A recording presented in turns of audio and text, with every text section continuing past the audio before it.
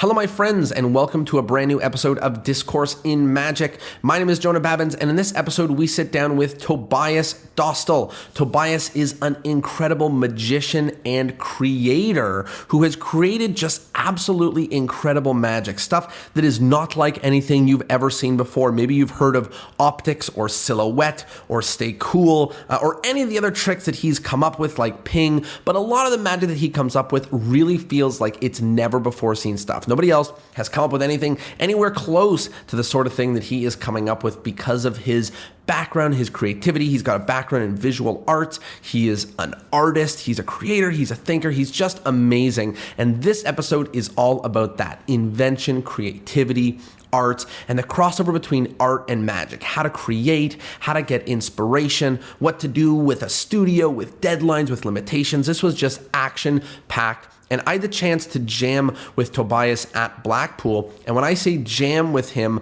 what I basically mean is watch him do trick after trick after trick of mind-blowing magic that's nothing like anything I've ever seen before. So I was so pumped to interview him. I ran but did not walk to get this podcast going, and it did not disappoint. I had a wonderful conversation with him, and you're going to love it as much as I did. Here it is, a wonderful conversation with the one and only Tobias Dostal.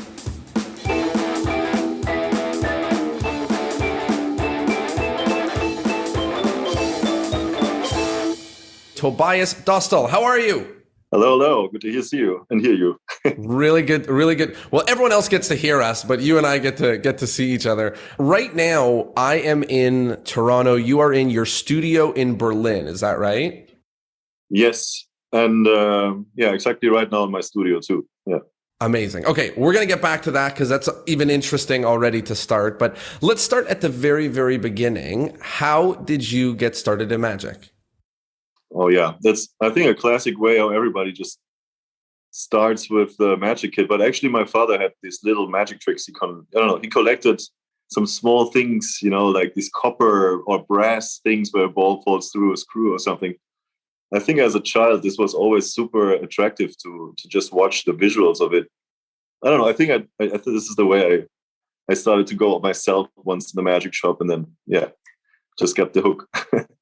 When you say you ended up going to the magic shop, was that something that you did? Like, help me understand. Was that like at 6 or 7? Was that at 14? Was that at when did this kind of thing happen? I had my mother was the best. She drove me to these places at the beginning. And then I think I was 9 or something. I was at first I got all these books from the libraries and tried to find things about magic there. It was just simple card tricks or whatever with matches. But I think this is just cool to have books at the beginning. And then at one point when I went to the magic shop and I actually see that there are products, I don't know, all my money was gone at this point. But this is how it starts as usual. Talking about magic shops, was there a specific magic shop in Germany, I assume, that you were going to? They were I had no idea where are good magic shops. And I just knew one little one in Nuremberg. And I was lucky. My mother, let me go there by train. I was 13 or something, and I bought already on my own little rope tricks and all these things. But then meeting other magicians telling me that there's also like bigger ones, and like Oelde, there's Stoliner magic is a big one. And then I only went there. This you discover things slowly when you do magic, like back then. So you were 9, 10, you were taking the train out on your own to a magic shop, which is already crazy. What happened then? I mean, were you like the magician in your middle school and, like maybe a lot of magicians are? Like, how did magic start taking a role in your life at that point? Yeah, it's funny if you do something all the time and people know you at one point that, he's the magic guy, Of course, in my school time, I was always performing. This was a very good way to express myself at this time. I was always drawing a lot. I was always a bit, trying to create my own stuff there. But it's difficult to say if you're like a magician in school time. I feel like you're just a magic dude at one point, and everything just becomes more and more your identity afterwards. I'm really interested always in 2 turning points. One is the turning point of higher education, which is often a turning point for magicians, because I think it's a decision. It's a decision moment of, do I become a magician? Do I learn this? Do I learn that? And then the other turning point is about taking it seriously as a career, or, however it ends up, like taking spot as a career or as a method of income or something like that. So first, the turning point of school. You obviously didn't go to school for magic. You went to school for fine arts, if I understand correctly, or something similar? I studied fine arts, exactly. But before that, when I started doing magic with 13, like I thought I'd just go and perform everywhere I could. Then with 20, I thought that's my life. This is what I want to do now. And then I decided to study fine arts, and this is it was a good way to do that. Obviously you didn't jump into studying fine arts without loving it already, without already having sort of a hand in that. But can you walk me through maybe like the self-talk of what it was? Was that like, hey, this is what I want to do. I want to be an artist. I want to be in fine arts. Was it like magic is crazy, but fine arts is an easy way to make an income? Like what was going through your head as the magician in your high school, as a passionate magician, to go and do, obviously interested in fine arts at the time, but to go and then get education in fine arts? Yeah, I have to say I was always interested in magic and art. I was always drawing a lot, and art was always interesting for me, like going to museums, get this inspiration from there. So I always had these two things that are really my big interests. And at one point when I was, quite good with my magic stuff, I thought, I decided to go to this study just to see something else, get different input. And then this was really important. I mean, if you study fine arts, you're not hunting for like a good career for money or something. It's more about the to discover the beauty of art, what it can do. And it took me also very long to figure out in my art university how I get there to a point where I say this is now make my the final diploma or something. But it was a great time for me to discover what I want. It's a path of the truth somehow, because you have your studio there, and this you have to say the university in Braunschweig where I studied, it's really free. So you don't have all these lessons where you get teach to paint or something. You just get a place. Here's your table, go for it, right? And the professor just comes every 2 weeks and see what you do and gives you ideas which artists are doing the same, and look at that, and just you figure out just the way what interests you and create your own thing. Wow. First of all, what an amazing way to study art. I mean, even to study any form of art like that, I have some negative views about a lot of higher education, because I think that it's sometimes a waste of time and money to go take a class, and then you learn everything when you actually start doing the thing in the real world anyways, right? Like, so you're studying for 3 years or 4 years or whatever to learn, in quotes, but you're not learning. There's just information. So I have a negative view, but that sounds amazing. That sounds like an incredible education. And the best is just, I don't know, you also see what the other persons around you, they also have a table and they're working on a completely different thing, right? And you have this communication. It's like, what is this for material? And you just ask yourself, what are they interested in? And you figure out how everybody has his own point of view of how to express themselves, and you can profit so much just hanging out with all these other students. But yeah, I mean, it's not easy at the end. No, most people cannot work like this. They want a strict plan how they have to educate themselves, but I always love the free way of what is really interesting. This is what I'm hunting for. This is also the best. And I'm sure that was incredibly helpful to the world of creativity in magic, because in magic, in a really similar way, 90% or whatever percent of magicians buy tricks and do those tricks. And then there's a certain amount of magicians who play and come up with, and, like people talk about the delineation of creators and performers, the creators that make the stuff and then the performers that do the stuff. So I'm sure that sort of thinking and that sort of, here you are, see you in 2 weeks. Let's see what you'll come up with. Really made a big difference for the way you think about magic. I think so too. It's just for me now that I've studied all this, and I mean, you also learn a lot of, if you see all these artists and then whatever, but it's at the end, you also learned, there were of course toolbars, where you can go for, let's say you want to go in the wood shop, and there was also the ceramic place and we had all these beautiful toolbars. I don't know if you call them toolbars, and you could just go in there for your project. And because you learn the guy is not doing it for you, he says, yeah, over there, you just take, this thing and you glue it yourself together. You know what you want to do there. And then you just get somehow an education, a self-education on how to become a sculpture artist or something. Because now for me, it's really easy to make a prototype. If I have an idea, I know which materials could work for my idea, for my project. So this definitely helped me to get faster to my results and my ideas, because I know a little bit of engineering. And also that there's no fear around it, right? Like, a lot of the times when someone's trying something new or deciding to build something or working with a material, like it's not like if it takes 3 months, it's not like it takes 3 months of building. It usually takes 2.5 months of being nervous, not doing it, and then 2 weeks or 3 weeks of actually playing with the material until you actually find it. So I think it probably helped a little bit with the fear of just rolling up your sleeves and saying, let's figure this thing out. Yes. And actually, because you're just starting it, mostly I was painting, and then I was like, oh, okay, interesting. And then I turned over the whole piece of paper, and on the other side of the paper, this looked way more interesting, and this was a new way for me to think now, okay, I will try to go this way because it looks amazing. So the material is so much more intelligent than you are, because you don't know what the material can tell you afterwards when you just started something. Most people are maybe afraid, or they say to themselves already, like, oh, I'm so bad at this.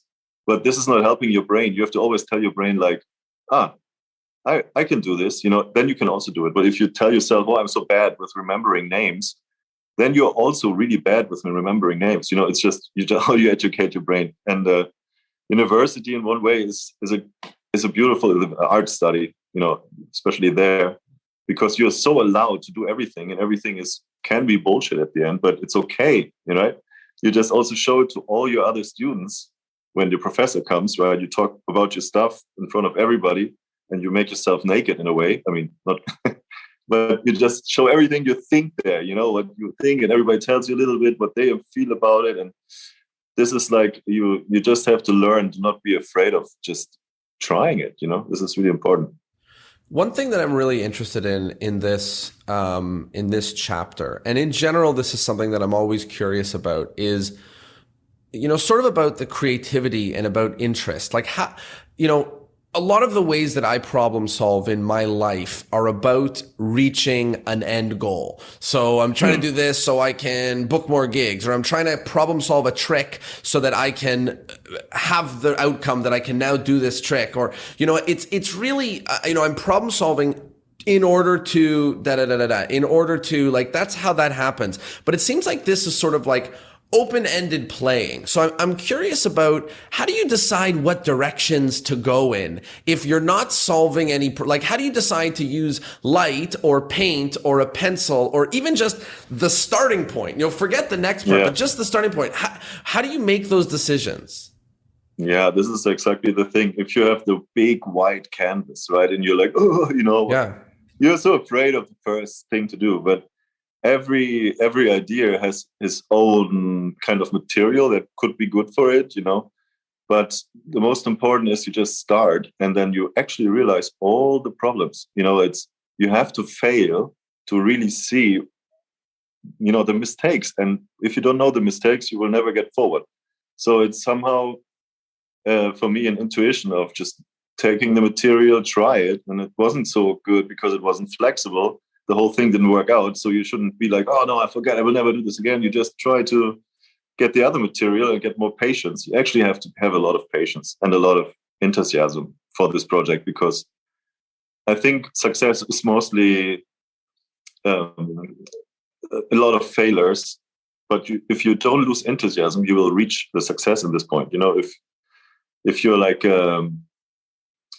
if you're not afraid to fail, because you take the failure as a way how it could work. If you don't do that, you know what I mean? It's like it's super important to have this problems in the, as an artist, you always make decisions. Everybody in the whole world has to do constant decisions about things. So I just try to take it a bit easy on it. If I tried it wasn't good, then the next time I do it with the other one. So this is how I do it. I guess as a follow-up question on this, to dig a little bit deeper, is, I find, you mentioned the enthusiasm, right? To you have to have enthusiasm for these things. And I find that, just to get a little bit, bonkers for a second, my thinking is not that you do what you like, but you like what you do. So if I play with cards for a really long time, then my enthusiasm is about cards. But if I don't play with coins, then my enthusiasm is not about coins. So the idea of like, you do what you love, people are like, they're trying to find their passion, and it doesn't work like that. You have to play, and you play, and then what you did is what decides what you love. So my follow-up question to that is, how do you have enthusiasm at a blank canvas? If you've never played with this material, or you've never investigated into this thing, and there's no problem, there's no like a problem that you're looking to solve, how do you have enthusiasm to pick up this object instead of that object? I know this is sort of esoteric, but hopefully it's helpful to people listening.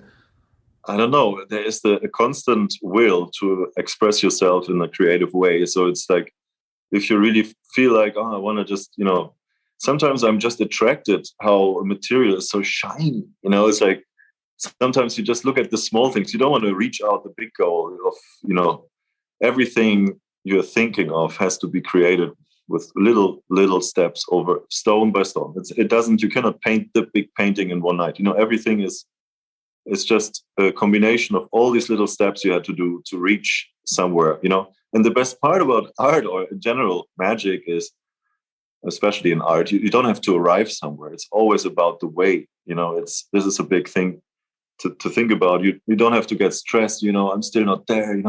But just enjoy your ride and just and see everything is just a playground. And you just have to. I love to play. This is, I think, my how do you say, my advantage on all this stuff, because I always develop my things, even if I think now it's good, but I have still ideas about it, and continue working on it, and it has to suit me. This is what I like. I love it when people say, "Oh man, that's so Toby, that's so you."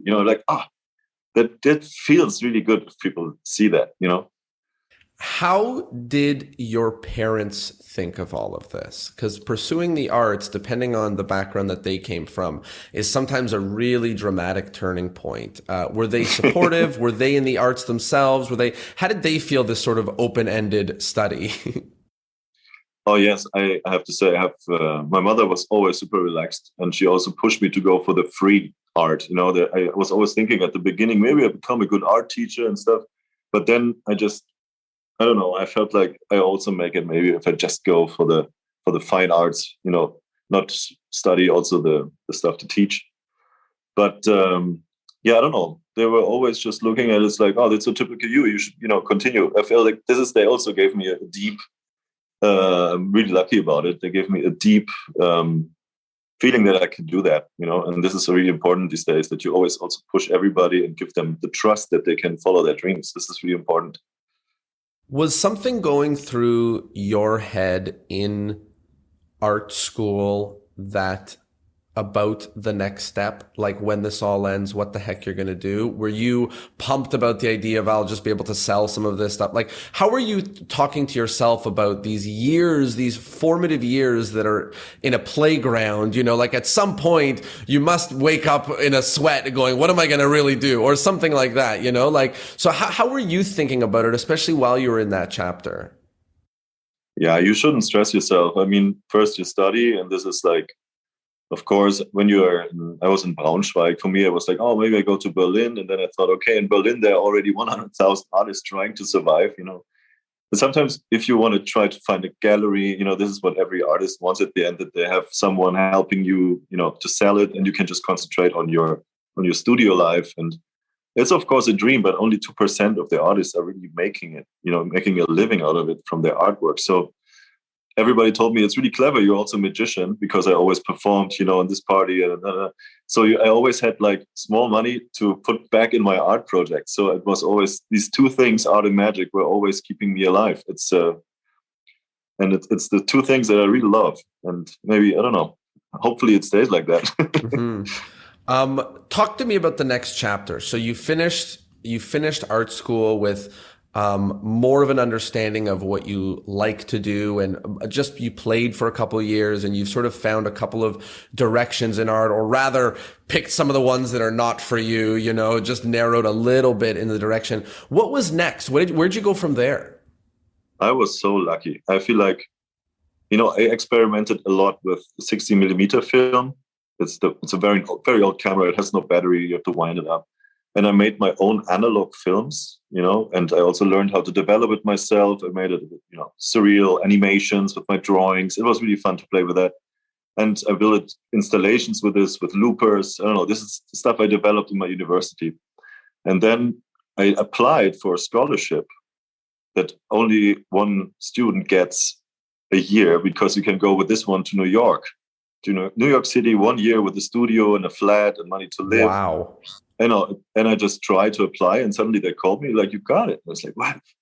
And this was a game changer, because then I moved to New York, and I had my studio there.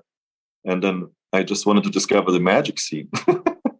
And I was so lucky, because I went to Tannen's really early in the year. I already met a really cool gang of magicians, which, I don't know, this was a game, completely changed my life, going to New York. I met the first guy I met, Doug McKenzie, who was a really good guy, and Tony Chang, Xavier Spade, Ricky Smith, like all these really good sleight of hand magicians, so good thinkers in magic. And I was just suddenly, I went on the weekends to hang out and stuff. And this really redefined my magic to this point, because I went to New York and it's like, I thought I'm a good magician. But then I looked at what is actually going on in New York City in the scene and what they're thinking about. And the sleight of hand was incredible. If you see Tony Chang stuff, then this got me completely hooked up into going only more deep in my magic. I don't know, at this point.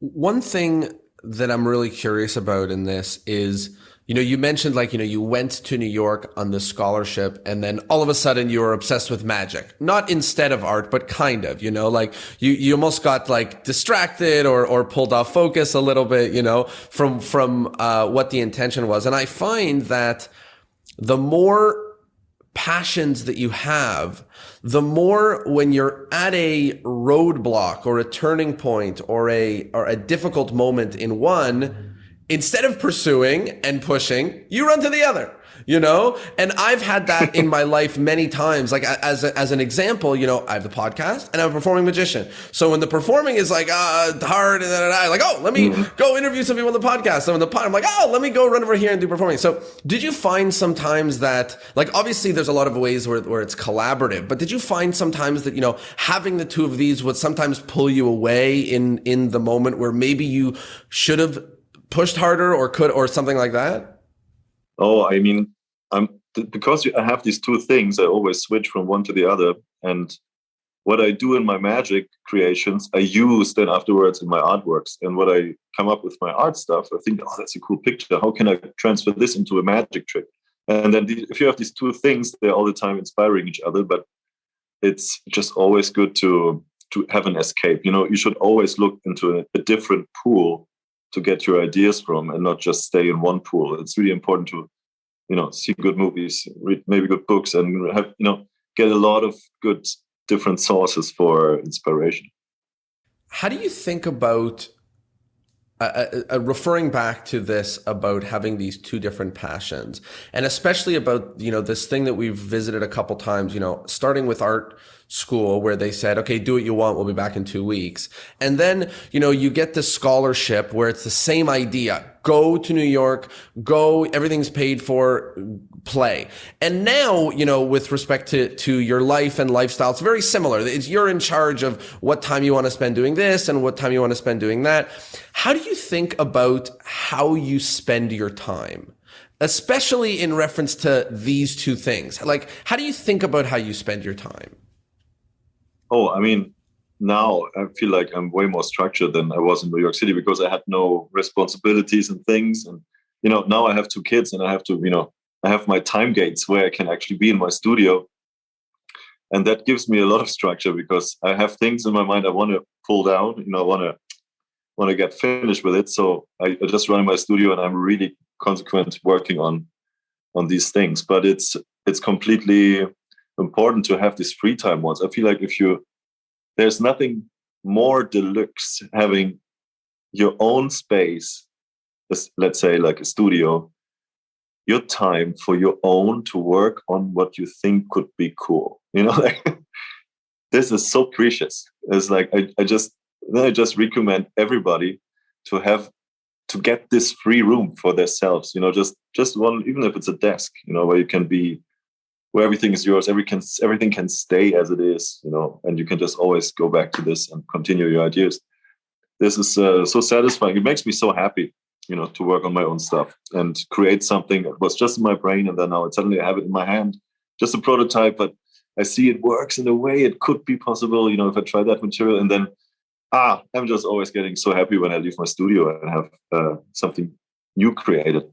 Talk to me a little bit more about the studio, because I think that a lot of structure that we bring into our creative life can help us be more creative and make more output.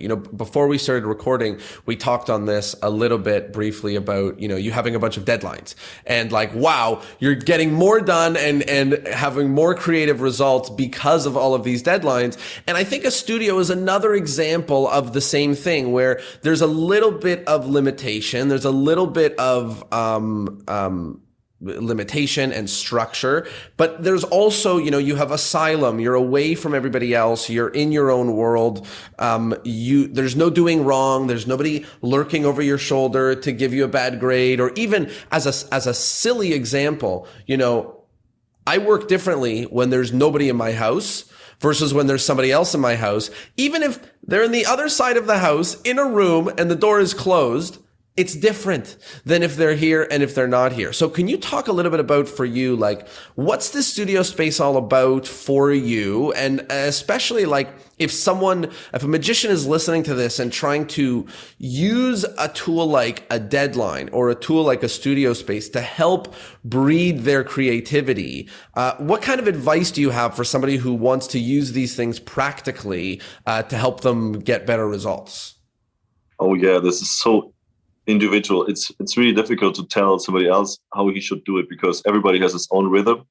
For me, I'm in my studio at 8:30 in the morning and I start doing my things. It's like I'm working really hard on my things. But it's for me here, this room is a mess. If you see it, I just love that I can exactly go back to this idea. I started in that corner. There's still all the clay, there's this artist Francis Bacon, and if you see these pictures of his studio, this looks how you have to walk over everything to reach the window. So I wouldn't recommend this to everybody to be that messy, but it's no. Sometimes when I have to do things, this room somehow transforms from a studio into a laboratory, and now it's just a room where really this stuff is happening because it has to be done in, let's say, 2 days. And then, but for me, I learned a way to, with pressure, if I have the deadline, I'm way more creative if I have this deadline. I don't know, not everybody's working like this, but if you have this line where at this point it has to be done, you just think of a solution that works. And it's a good, at the end, you will see it is a good solution you came up with. If you would have more time, of course, it would have been always better and better. But if you just say, okay, this is how I do it now, and I created it to this point, you can be satisfied about it.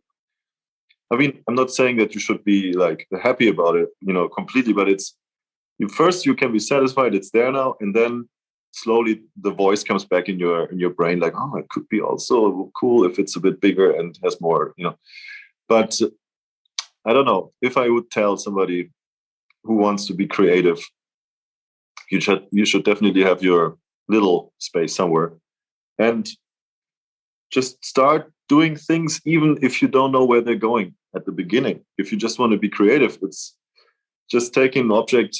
I mean, the most important is to look, of course, at a lot of things that already exist in the direction you are thinking of, and then trying to ask yourself, like, I always think this is cool, and then I have to ask myself why I like that so much. If you figure out the questions, why you're interested in this and that really deeply, you really ask yourself, and then you figure out so much about your own interests. It's difficult to give somebody advice how to be creative, but everybody has its own rhythm. But I think you just have to start it and then enjoy it. No stress. It's funny you say that, because there's never been a time where I've ever created anything with no stress. And what you're talking about, this like boundless playing is like so foreign to me compared to deadline. Like, I've created a bunch of things, I've been very creative. I'm not going to say that I'm not creative, but every single thing that I've ever outputted ever in my entire life has been because of a deadline, with zero exceptions. Like, every single thing that has ever been like, this is the reason this podcast existed for 300 episodes is because I was like, it has to come out next Thursday. It has to. There's no other way. It just has to. And that's how it did that. And many things I have like that. It's a deadline. It's a limitation that allows me to do it. So that part really clicks with me. What you're saying about that really resonates with me. What you're saying about just endlessly play and see where your heart goes feels like a completely different universe to me. And I assume, I'm sure this is completely wrong, but I assume that a lot of people feel very similarly. A lot of grown adults don't have a lot of ease with boundless, goalless playing. Can you talk a little bit more about that part? Like obviously you can't tell someone how to do this, but is there anything that you go through, any emotions, any thinking that you go through to give yourself the ability or permission or time block or whatever to be able to just play, not with a looming deadline or project or something above your head? Yeah, mostly I have something to do. Let's say I go to my studio and I have to work on this. And then suddenly I realize myself, I'm standing in front of the mirror and I'm just playing on something I found on my other table, like not at all has to do with my project I have to do, And then, I don't know, I can just give examples for it. Like, I always love to experiment. So if I mold something now with silicone, I cast a lot of things in the moment. And then, I'm finished with my cast, and then there's still some silicone left in my little bucket, right? It's like, oh man, I have to use it now. Otherwise it's just dry. I'll dry it out and not used. So I just take it and I glue it somewhere on a piece of plexiglass, and it drips so nice. Then on the next day I come in, this is the best thing I created because this gives me a new idea. And I wouldn't have thought of that idea if I wouldn't have this rest of silicone that I've just smeared on the, So it's sometimes you just have to see what happens with the materials. I feel like you have to also see these things, and you want to see these things. If you just hunt for what has to be done, it's of course, this is just work. But if you suddenly, when you feel like you're working, but it's not work because you want to see it now, how this could look like, then it's a different feeling than, I'm not having a day job in a restaurant because my stuff doesn't feel really much like it's hard. I mean, I'm working hard on it. I know it, but it doesn't feel like I have to do things that I don't want to do, One of the things that you said a moment ago, which I think is particularly interesting, is you mentioned, you play with something or you're interested in something and you ask yourself why. And asking yourself why you like it, why it appeals to you, why you want to do it this way or that way reveals a lot. And Joshua J., and I'm going to butcher this quote, but he has a really clever quote that says, what defines a good magician or a good magic or a good piece of art is the amount of times they ask why, or the amount of questions they ask about it. Because the more questions you ask about it, the more it determines, it helps you understand yourself, but it also helps you understand maybe this isn't the right thing. Maybe it's that thing, something like that. One thing that's interesting to me is where these go. Like, there's an entrepreneur who I follow where he says, ask why until it hurts. because the first why is, because I like it, because it's fun. But then you have to do it again, and you have to do it again and again. And this maybe a little bit too crazy or abstract of a question here, but like, when do you stop asking why? Like, why do I like silicone? It's interesting and glittery. Okay, but why? I like the way it okay, like when are you satisfied? Can you give me an example of a type of thing that you like and the chain of whys to allow you to arrive at something that allows you to go, okay, I feel good now about this, or whatever the conclusion is to that. Yeah, I mean, this is art, and magic is the same. If you are at one point, there is no why, because your intuition told you to go like this, and the material is just becoming, it's an own language. If you paint, right, and somebody asks you, oh, why did you paint it in red and green there?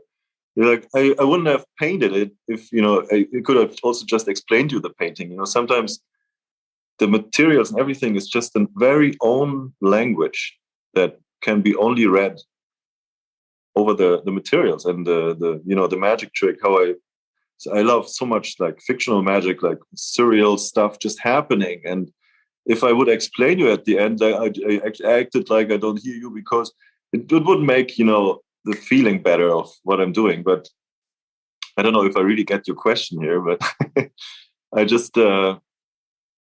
love to let go and just see where my intuition leaves. I mean, if you ask too much and to overanalyze everything, it's also not good. It's at one point you have to just start your. Maybe I'm talking more about the art stuff. If you talk about magic, then it has to be in your performance.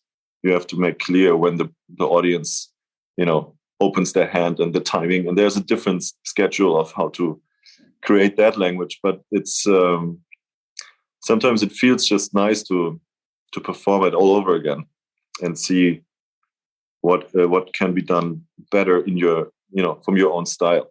Let's say maybe we have to separate the art and the magic for a little bit, but it's all about just figuring it out by doing it. Let's dig a little bit deeper into the magic right now, and it's probably going to be hard to pry these two things apart. But let's play. There's a couple of themes and maybe I'm looking too deep or in the wrong place or whatever, but there's a couple of themes that tend to show up in your magic. And one that's more obvious than some of the others is light and shadows. And that's a theme that tends to show up or has shown up a lot in your magic. My two questions about this, and I think we're going to revisit one of these questions a lot, but my two questions about this is, first of all, like, why? Why is light so interesting to you? Why is that something that it tickles you? But the other question is, it seems like this is a huge gap in the thinking of magic. Like it seems like it's not like people have been publishing tricks about coin tricks and card tricks, and people publish lots of different, and light, there's not a lot. I think of Teller's shadows. I think of maybe one or two other things. And then I think of some hand puppet, things. And then I'm running out of examples that I can think of in magic. So first, why is light so appealing to you? And then second is like, what's with this gap? Is that, am I seeing the gap that's not there because I'm not as well studied? Is there, help me understand why you think these things are. Yeah, I mean, I have to start with the light and shadows. I mean, in general, because I worked in my art installations a lot with projectors, and my analog film, I'm really showing on a 60 millimeter projector, which is a beautiful machine that takes these little pictures in and produce. And this is always a fascination. And in general, the moment we get to life, everything is just light and shadows. The whole reality that you consumed since your beginning of your life is only because light and shadows told you that this world exists in this way. It's the light is just attracting your eye. If you have a little something shiny, you see it immediately. It's getting into focus very fast. So this is great to use for art and magic because you get attention very quick on something. But first, I want to say that this light thing, because I'm scratching a lot in acrylic, and then I put an LED on the side, and you see my drawings, and then suddenly the drawing the shadow actually went on the wall, and then I discovered like, wow, this looks like a hand, and then I just mimicked this with my own hand, and it felt like I see my shadow, but it wasn't my shadows. And then I came up with silhouette, and this was just because I discovered it. I didn't search for it. I was just playing around with this material, and suddenly I saw this thing. And I wouldn't have seen it. I couldn't have thought about this crazy stuff when I wouldn't have put my fingers playing with some LEDs, you know. And yeah, I think now that magic has become mostly, I don't know, what I see is just so people get so limited with their props. Like, I don't understand. Now I'm in the moment, I'm completely not doing light and shadows. I'm trying to find the magic that is most me and where I perform. So I look really at my environment. You know, if I just sit, I don't know, let's say in a restaurant or something, and I see napkins, and I'm like, oh, that's cool. It would be so cool to have a trick with this napkin, or just by that it shouldn't feel like I have prepared something. It should look like I can do magic with anything. This is now my goal for my magic. I don't want to be my props shouldn't be magic. I want to be magic, you know.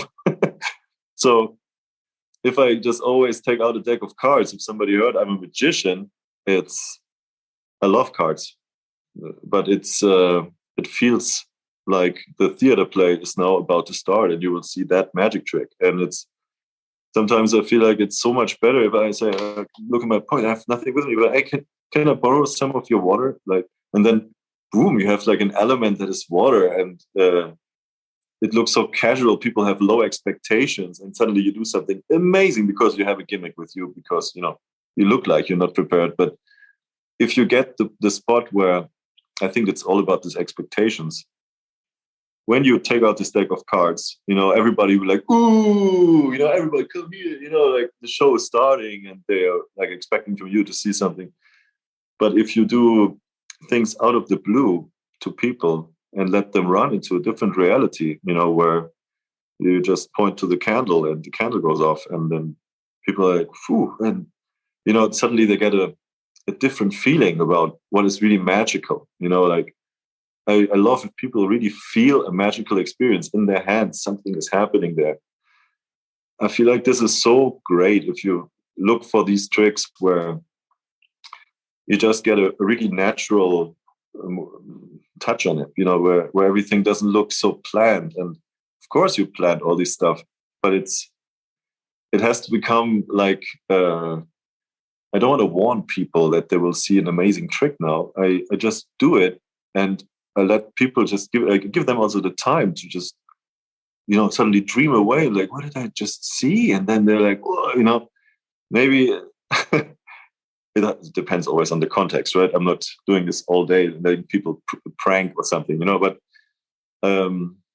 it's just nice for me in the moment to look for objects that I can sneak into an environment and use them at the right moment to have a crazy, strong moment with them. You know, I always want to share things with people and not just, hey, watch me, I can do my card stuff. I love if people are really having the chance to feel the magic in their own hands. This is what I'm trying right now. Yeah, and I love what you said there about, you know, card trick. Just for example, is like when you bring out a deck of cards, you know, you've set an expectation, you've built a framing around this that now, like, you know, no matter how impossible the thing is, people know that it's a trick and it's a little show in your trick. And not that I want people to think it's real magic, but you can't really pull the rug out from under somebody when you're in this framing of, he's about to do a trick with his deck of cards. He's a magician who does tricks with his deck of cards. Here we go. You know, it's very different than, like, as a great example, I've been doing a lot of work recently with ITRs in person. Right? Which is like the most amazing thing. I get a receipt, I float it, and then I leave. And like, you know, like the rug getting pulled out from under them. And I've been joking around with magicians and saying, like, you know, no matter how many decks of cards you memorize and how many times you work on your double lift, a bill change and a floating object is like those beat any card trick you could possibly do, because there's no chance where someone can get themselves all ready and prepared. There's no a box that it's fitting into. It's just happening. It's just happening in reality. So what you're saying totally resonates with me. Obviously more for less on stage, and more for in random settings, but definitely that resonates. Another area that I see, and I wouldn't have seen this online, but I saw this because we spent a little bit of time together at Blackpool, that you're playing a little bit in, is liquid. Or maybe the goop is a better word. I don't know, or whatever the best word is. And even recently you talked about water and things like that. And again, this is an area where I can think of 3, 5 tricks in Magic, maybe, that have to do with liquid, manipulation of liquid, making things like, stretchy or something like that. And then it starts to fade. I can think of Garrett Thomas. I can think of Curtis Cam. I can think of a couple of other things. And then I'm sort of running out. So I guess my 2 questions are, and the first one I have a hunch as to what the answer to, of what's the interest here about liquid? But then the second question, and to refer also back to the conversation about light and shadows, is what's with the gap?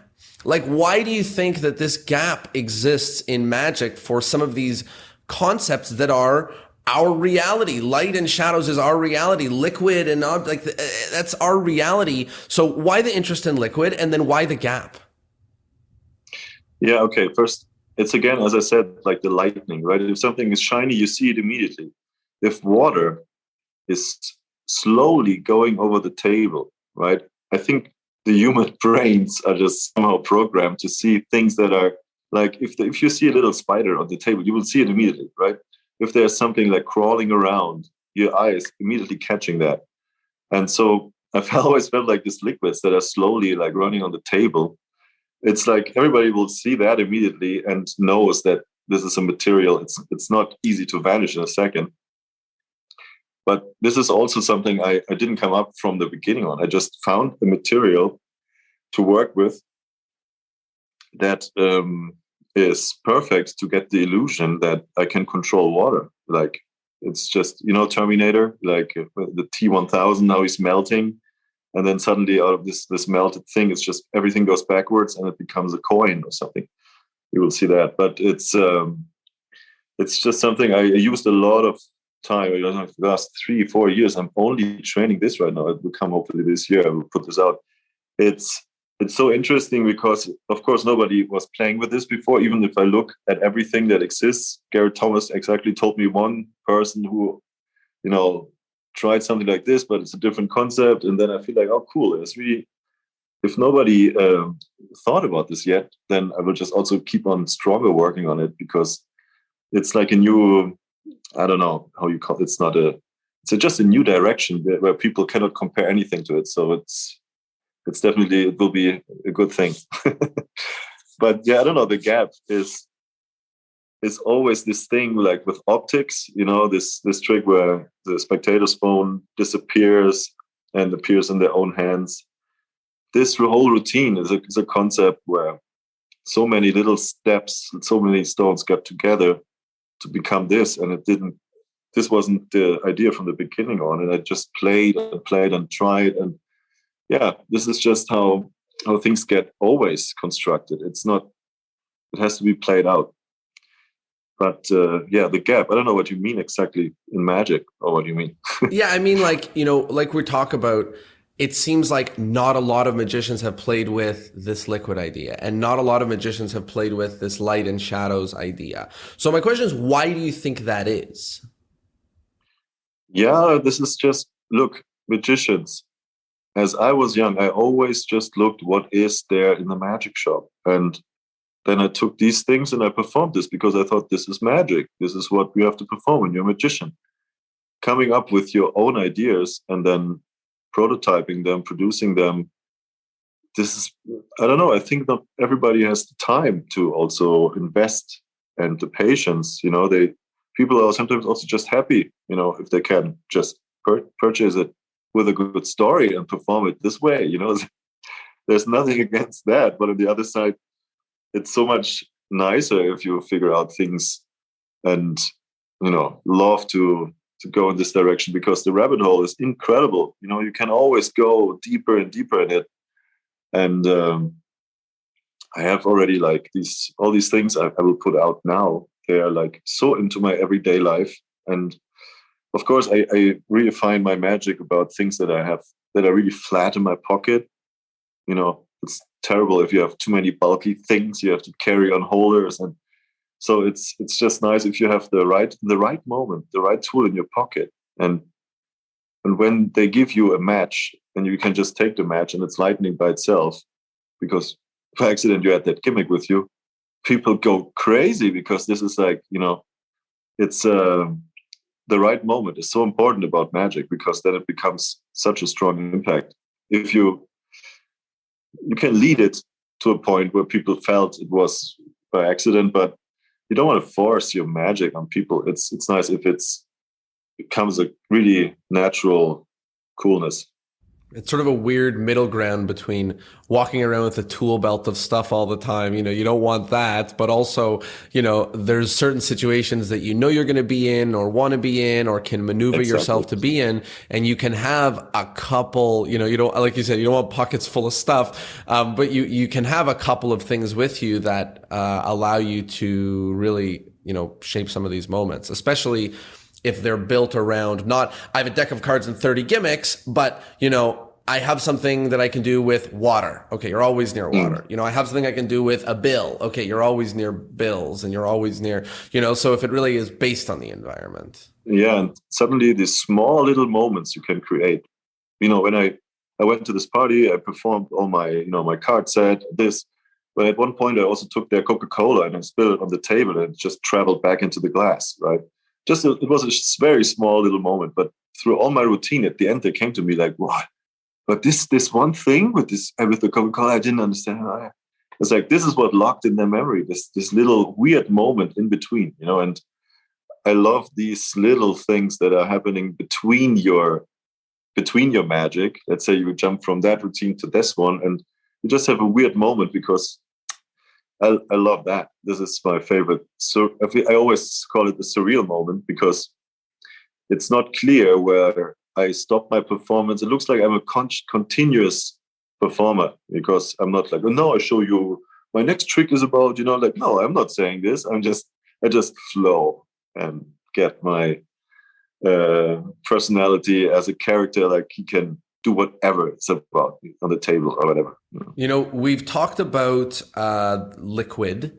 And you just mentioned surrealism, and the obvious thing is Salvador Dali, and I assume that whether it's direct inspiration or somewhere just inside of you because of the art world, you've had plenty of exposure to his painting and his thinking, about this sort of thing. And Tamariz, writes a lot about this, because I think that it's really difficult to articulate the surrealism that is magic without other examples. And I think that film is obviously an example. Now, almost less so, because film once upon a time was magic, and now you go to the theater, anything is possible. It's less feel like it's surreal what you're experiencing. You're experiencing something practical. The guy, Iron Man, flies away and he flies. Now, I don't know how they make it, but less so now. So talk to me about even those two inspirations, or just talking about surrealism and talking about Dali, if that has a specific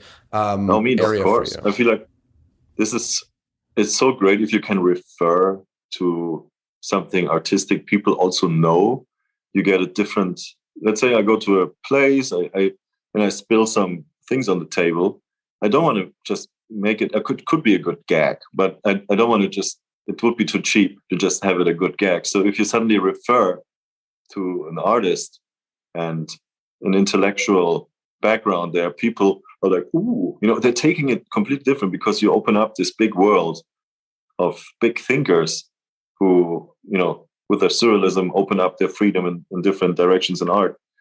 And I always talk about Man Ray when I talk about my shadows. And these little things, suddenly I also tell something about my personal interests.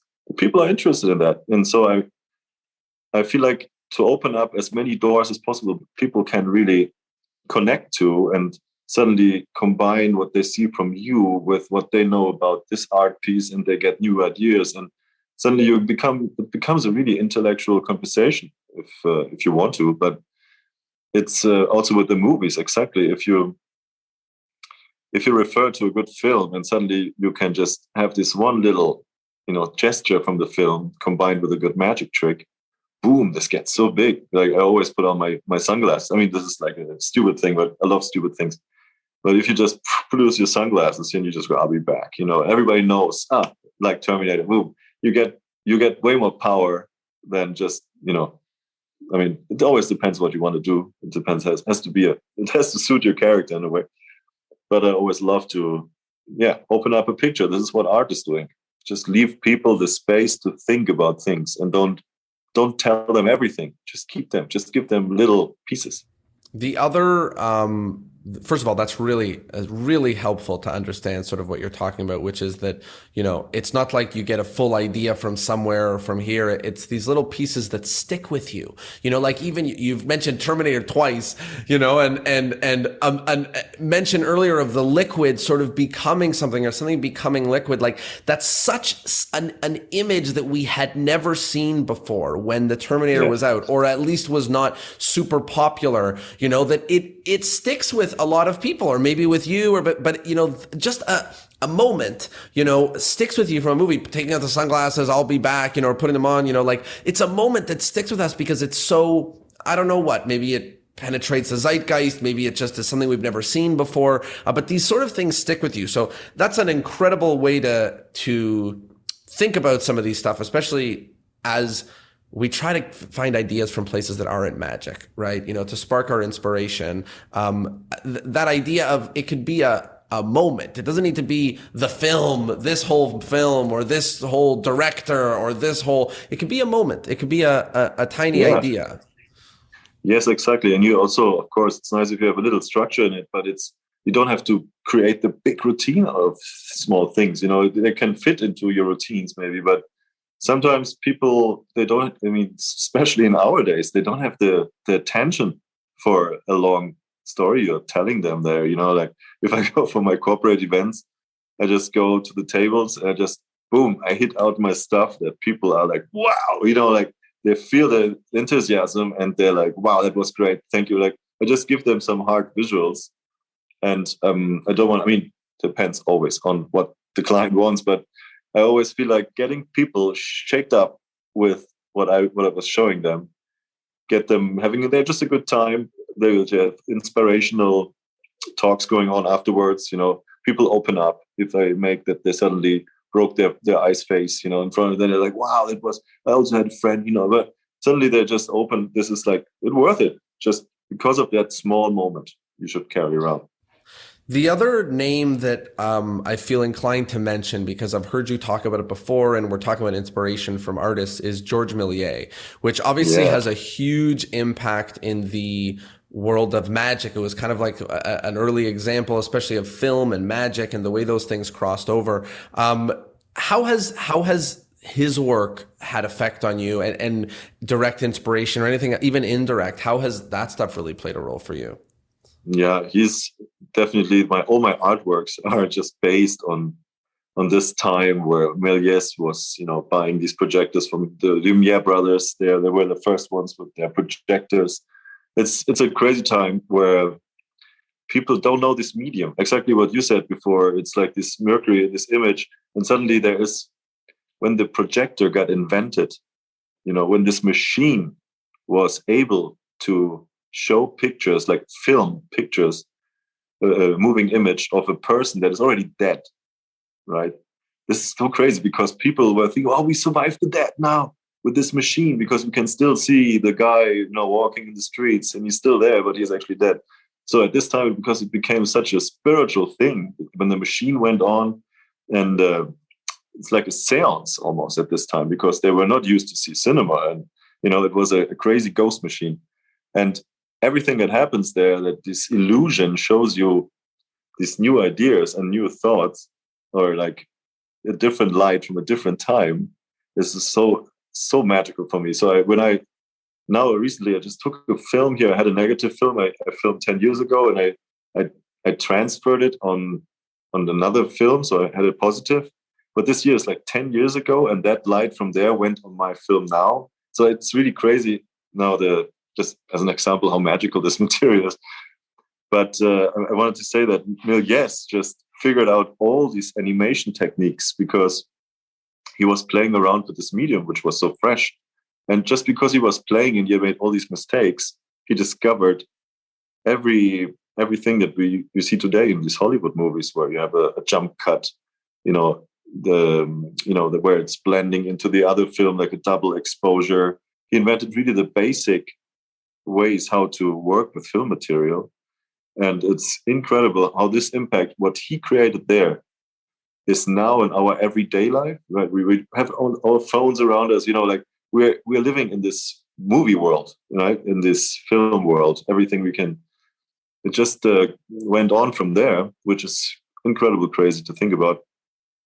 And he was just so on fire with this material. He was everything. He was all the time trying to figure out more stuff. Even if he had no money anymore, he would just go for it. He would make all the mistakes. And I'm really impressed by this magician who had just the patience to work with this material, because it can be really tough.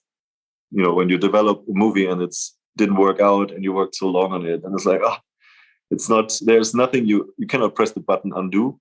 It's always just as you decided it to film it and to develop it. It's like a fixed thing afterwards. So I love that. This is what's missing a little bit in our times now, where everything is so flat, digital.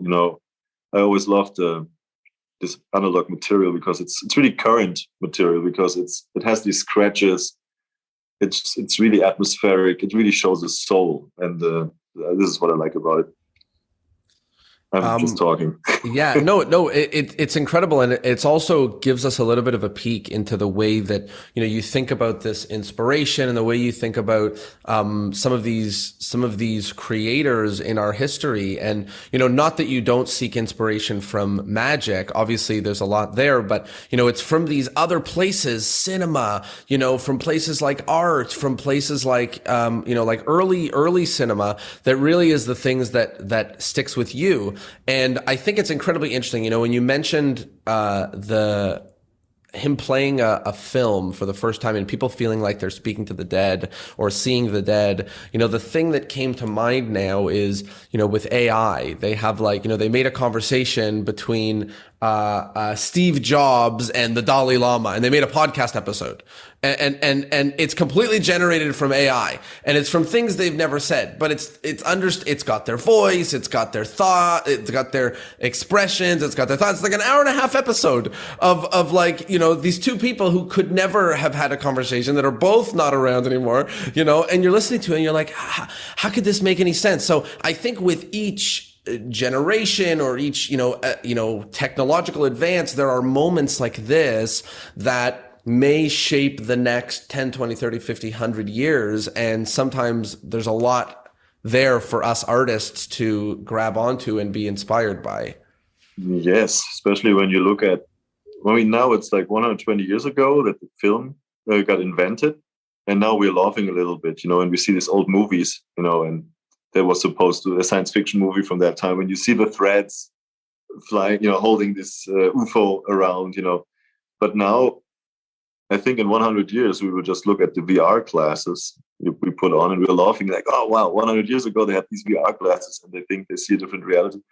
It's crazy how fast technology is developing all the time, but there's always a new vision and a different, new thing that keeps you, and there will be always something new. This is so crazy. There's still so much to discover in this universe. And this is just a point of where people tell me, like, why you want to create new things? Like, there's so many things already, in the magic that you could learn. It's like, no, but I just want to have my own fresh thoughts and things and just think on different ways and not what somebody else was thinking before. It's good to know, but I just prefer to, and this is what art should be about, having just new ways of thinking about things. And what you just said about there's so much that has not been created yet. I think that that sort of helps not answer, but maybe squash some of the feelings I had about saying in magic, like, why was there no light stuff yet? Why is there no liquid stuff? And the answer is most of it doesn't exist yet. You know, most of the things that we could do with magic doesn't exist yet. We've carved out a tiny area that does exist and that we do feel very comfortable with. And most people are not creating, and most of the areas have not been explored yet. So instead of me thinking like, how did you discover this sliver of area that nobody's explored yet? It's not like that. You know, it's more like magic has only discovered a sliver, and there's everything else that is still available, to be discovered, which is a nice way to think about it. I have two other sort of major questions, and then we'll get to some of the wrap up questions here. The first is kind of a little bit of a different feel, but I heard a story, and I forget most of the details, so you'll have to fill it in, and if this is completely wrong, then we'll just scratch it out. But when you brought optics to Magic Live, whenever that was, you know, I wasn't at Magic Live. The people in my, direct community weren't there. And the stories of this thing coming back were incredible. I heard that this guy was bidding on it for you. This was happening. That, like, just crazy mayhem about, like, sometimes when you go to a convention, there's like an obvious trick of the convention, and sometimes not. But this one, like, the vibrations made its way here, and it was like, well, we don't know who's going to put it out or how it's going to come out, but this is the crazy thing. People were like, I'm not even going to tell you what it is because you have to see it, for the first time. So did something happen? Were you just walking around doing the trick? Did somebody, am I misremembering a story that people were like bidding on it or something like that? Like, what happened when you brought this trick to Magic Live? Yeah, this was something, it's crazy because when I meet my friends here in Berlin, and, there was this one evening where I tried optics the very first time. And then this girl, she was like, where's my phone? And it was like, and then she looked at her phone and she was falling out of the clouds. And I was like, oh, it really works, right? And then I started performing this. And then before I flew to Vegas, and I thought, oh man, if I show this around, I don't know what's going on. And then I don't know. I had some magicians who got fooled so badly that, I don't know, it was like a fire. Everybody suddenly came to me like, oh, I heard something. I love the respect from all the magicians. They were not telling what happens to you if you do this trick with me. They were keeping it. They wanted to let the person feel this thing again, And I mean, it's also, if you know how it works, I think I can still fool you because it's flying so through, when you get your phone and you have to film, and then you're like busy, and then you actually don't realize the moment when you suddenly hold something in your hand that belongs to you and you don't know it. It's just, I don't know. There were people coming like, who put this out? I pay you double. And I was like, oh yeah, that sounds cool. I'm already here to film the trailer. It's like, but I'm happy that I have this. I think it's out of stock now. It has to come back, but it is one of my effects where I'm so proud of that. It's like the strongest experience you can get. And if I'm talking about magic experiences that the audience can have, I think it's a very good one. It reminds me of like Garrett Thomas's wallet with the ID, and I don't know if you've seen him do that. It reminds me of the same thing where you just cannot keep up with. One of my favorite things, actually, this is a nice place to start wrapping up, but one of my favorite things about film and about magic that not always, but I think good magic sometimes has, and definitely good films have, is this idea of it going full circle, but especially when you know that it's going to go full circle. It's going to make sense at the end. And up until right before the last second happens, you don't know exactly how. And then it happens and you go, there was no other way that this could have gone. This is the only way that this could have ended. And how could I have not seen that this could be the only way? And, something that's like, you couldn't rewatch it because it's such, you're like, how did I miss that this is the only way that these things could come back together? And I think there's a few, tricks so beautiful in our lifetime in our world that really scratch those itches that, I think a good film does too, where you're just, you feel the goosebumps and you just beat a sweat drop down your face because you realize Yes. how did I miss that this was exactly what's going to happen? An example, I'm looking at my own reflection and I see Rubik's cubes behind me, right? Mm-hmm. And when a Rubik's cube matches the one that's mixed, how did I not realize that's what was going to happen? How did I not realize it? And then at the end, you're like, obviously, there was a mixed up cube there the whole time. Obviously, so that's just one example of one, that comes to mind, just because it's in my, visuals right now. But certainly that's a beautiful area that it really scratches the itch. I think the reason why it hit so hard, because I didn't make it, all the preparations I'm doing to make this effect is just really casual. I'm not acting like I'm going to show you a trick yet, right? I'm just like, oh, give me your phone. It's okay. I touch it. Can you film this with my phone? Everything feels so completely loose till the point you're completely set up, and then you start your trick, right? And then it's over by then. It's like it's everything's already over when you start it. But it's this is just how magic should be. It should be like super compact. The one thing should fulfill the other. When you create about gimmicks, it's nice if the gimmick is not only looking at like this object, it has also the possibility to clip in your hand, and also, everything have to put it really tight together that you can do. It has to be compact, I don't know, it's difficult to explain. You should see some of my gimmicks, but what I'm doing here right now is exactly, I'm trying to put as many options in this that I can just have the playground bigger with it. Yeah. Difficult to explain if you don't see it. One last sort of major question before we get to the wrap-ups has to do with creativity. I know creativity is this amorphous thing. It's very difficult to talk about. It's especially very difficult to give instruction or direction for how somebody else should be creative or how they should think. But one thing that I'm very curious about is, sometimes by studying so much and learning so much, it maybe unlocks a level of creativity. But sometimes, I think more often, or maybe that's just in my universe, but sometimes when you overlearn of what's going on, it blocks your opportunity for creativity. You don't end up coming up with it. And after doing hundreds of these interviews, the amount of time that I ask a creative magician why they're so creative, and eventually the answer comes out that something like, my parents didn't have any money, so I didn't afford any magic books, so I built it all myself. Or I lived in a city that was far away from the world of magic, and so I never had any magic, so when I saw it online, I just had to come up with it in my own way. Or something in that vein where almost the lack of access to what everybody else has access to is what allows some magicians to be incredibly creative. And now you are very well learned. Obviously, you know a lot about a lot in the world of magic. Was there a time that this sort of thing did apply to you? Like, is there any, if I was to try to unpack how you ended up in a place where you're coming up with so many ideas that are not 1 degree away from something else we've seen before, but it's nothing like something that we've ever seen before. I don't know about that. I just feel like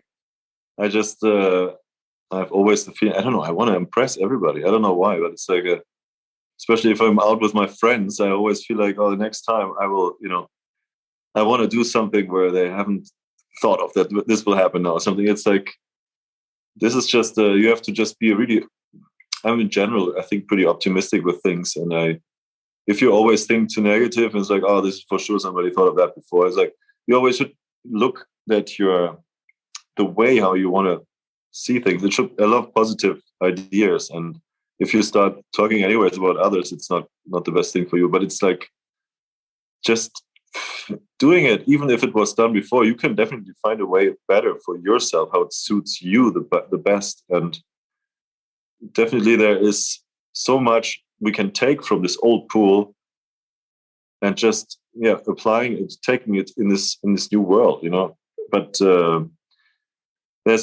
for me, there's always I always take 70% of a safe working mechanic, and then there's 30% of play, 30% of new area inside. If you just add just always a little bit of new thing into your stuff, you're always safe. But of course, if you just have the show tomorrow and everything you try tomorrow is new, then you will fail.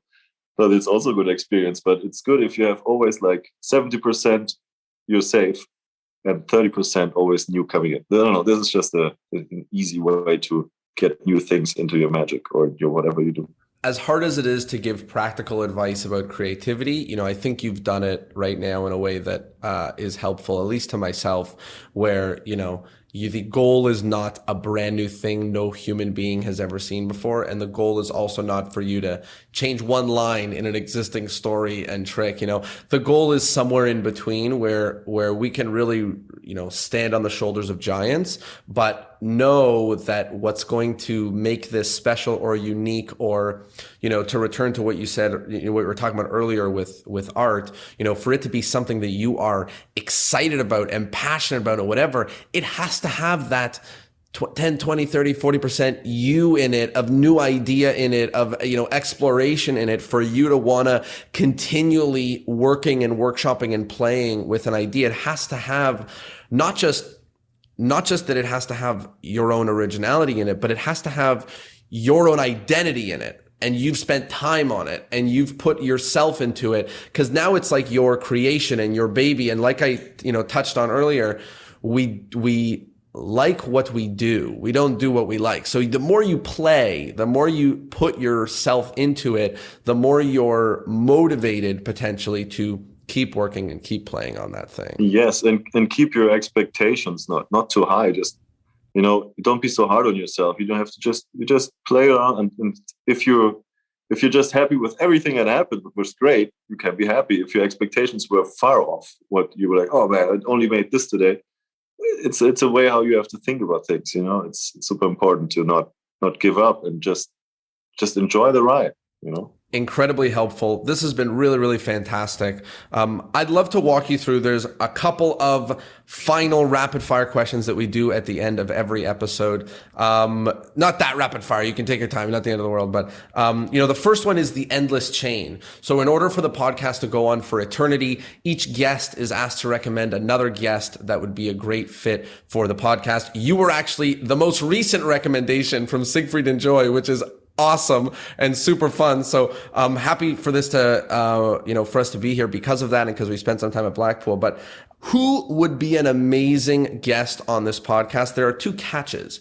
The first catch is I cannot have had them on already. So you may have to try a couple because there's a lot of episodes. And the second is you have to be able to put us in contact together. You can't just say David Copperfield unless you have his number. I don't know. For sure you had Mario Lopez. For sure you had in this podcast, right? I'm definitely thinking that. Oh, I think John Steiner. Have you heard about John Steiner? No, that's fantastic. He's an amazing magician. He lives in Spain right now, and he is, I think, a really elegant magician. Everything sleight of hand, tech wise, is so thought through that I always love to talk with him about magic, and because he's also never really satisfied with routines and how they can be. We're always looking for the perfect thing, which is really difficult to achieve, but that it's really makes sense. And I don't know, I feel like this guy has really good ideas about magic, and I would suggest John Steiner. That's fabulous. The next question is about modern magic. So a lot has changed in the world of magic in the last 1, 2, 3, 5 years. Some for the good, some for the bad, maybe. What's one thing that you like in the world of modern magic, in the world of magic now? And what's one thing that you don't like? Oh, I mean, I go to quite a lot of conventions, and I'm now pretty amazed that we have like a lot of female magicians suddenly popping up. Like, I mean, I just Amanda Nepo, for example, I just saw in Blackpool, and I know her also from New York. She's like incredible that there's suddenly a new scene, going on in magic, but it's creator-wise.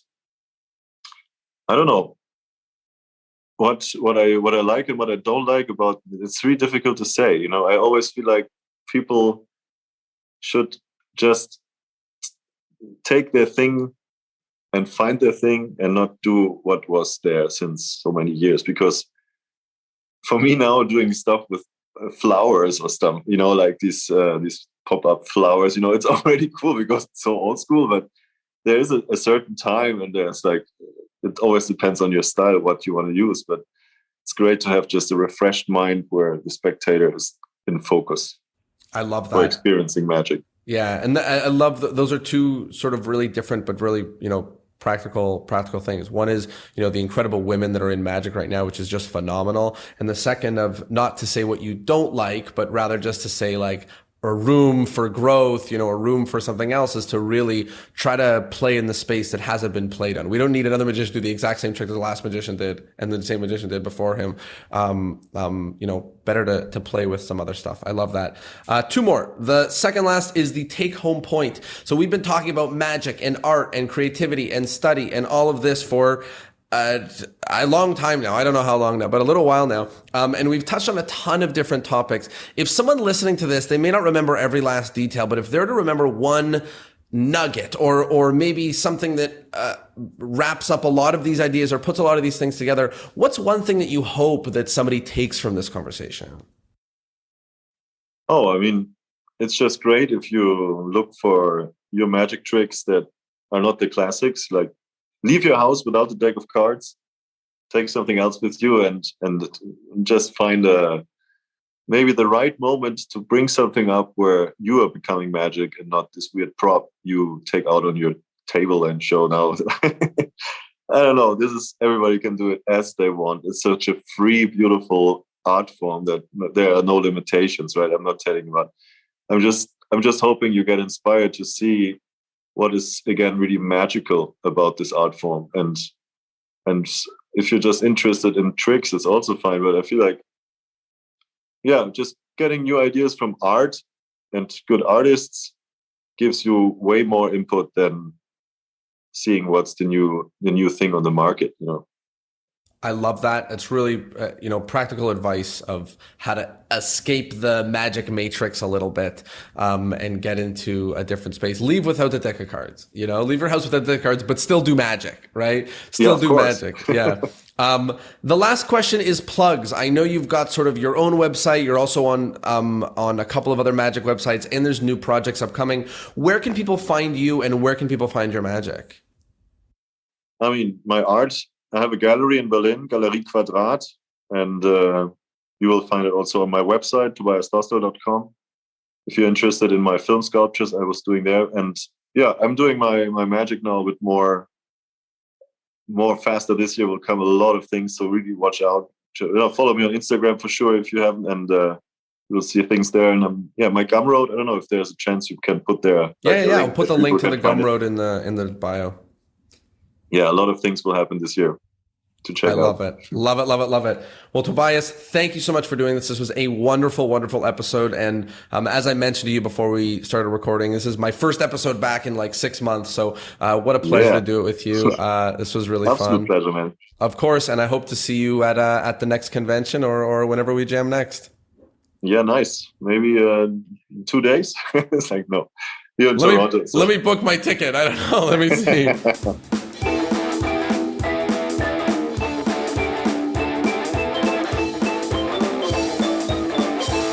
Well, there you have it. I hope you liked the episode with the incredible Tobias Dostal. If you haven't yet, go check out his magic. I put a link in the description of this episode so you can go check out his Gumroad, and you can also find him on Vanishing Ink and Murphy's and Penguin and all of these different places where you can find wonderful magic. And most importantly, I thought that I would bring Tobias as the first interview back to really bring the heat, and I hope that you like this episode, but I need a flavor from you. I need a big fat flavor, which is if you thought this was valuable, if you thought that this was helpful, if you thought that this is going to help you with your magic creativity, then please share this with one person who you think would really benefit as well. This is a podcast. There's no places to share. There's no share button. You actually have to tell somebody about it. So please, if you thought that this was valuable, if you thought that Tobias brought the heat, then please share the episode with one person, post it in a magic group, put it in your story. I don't care what you do with it, but tell somebody about it because it would mean the world. Thanks for being here. Thanks for coming back, and I'll see you next Thursday. Peace.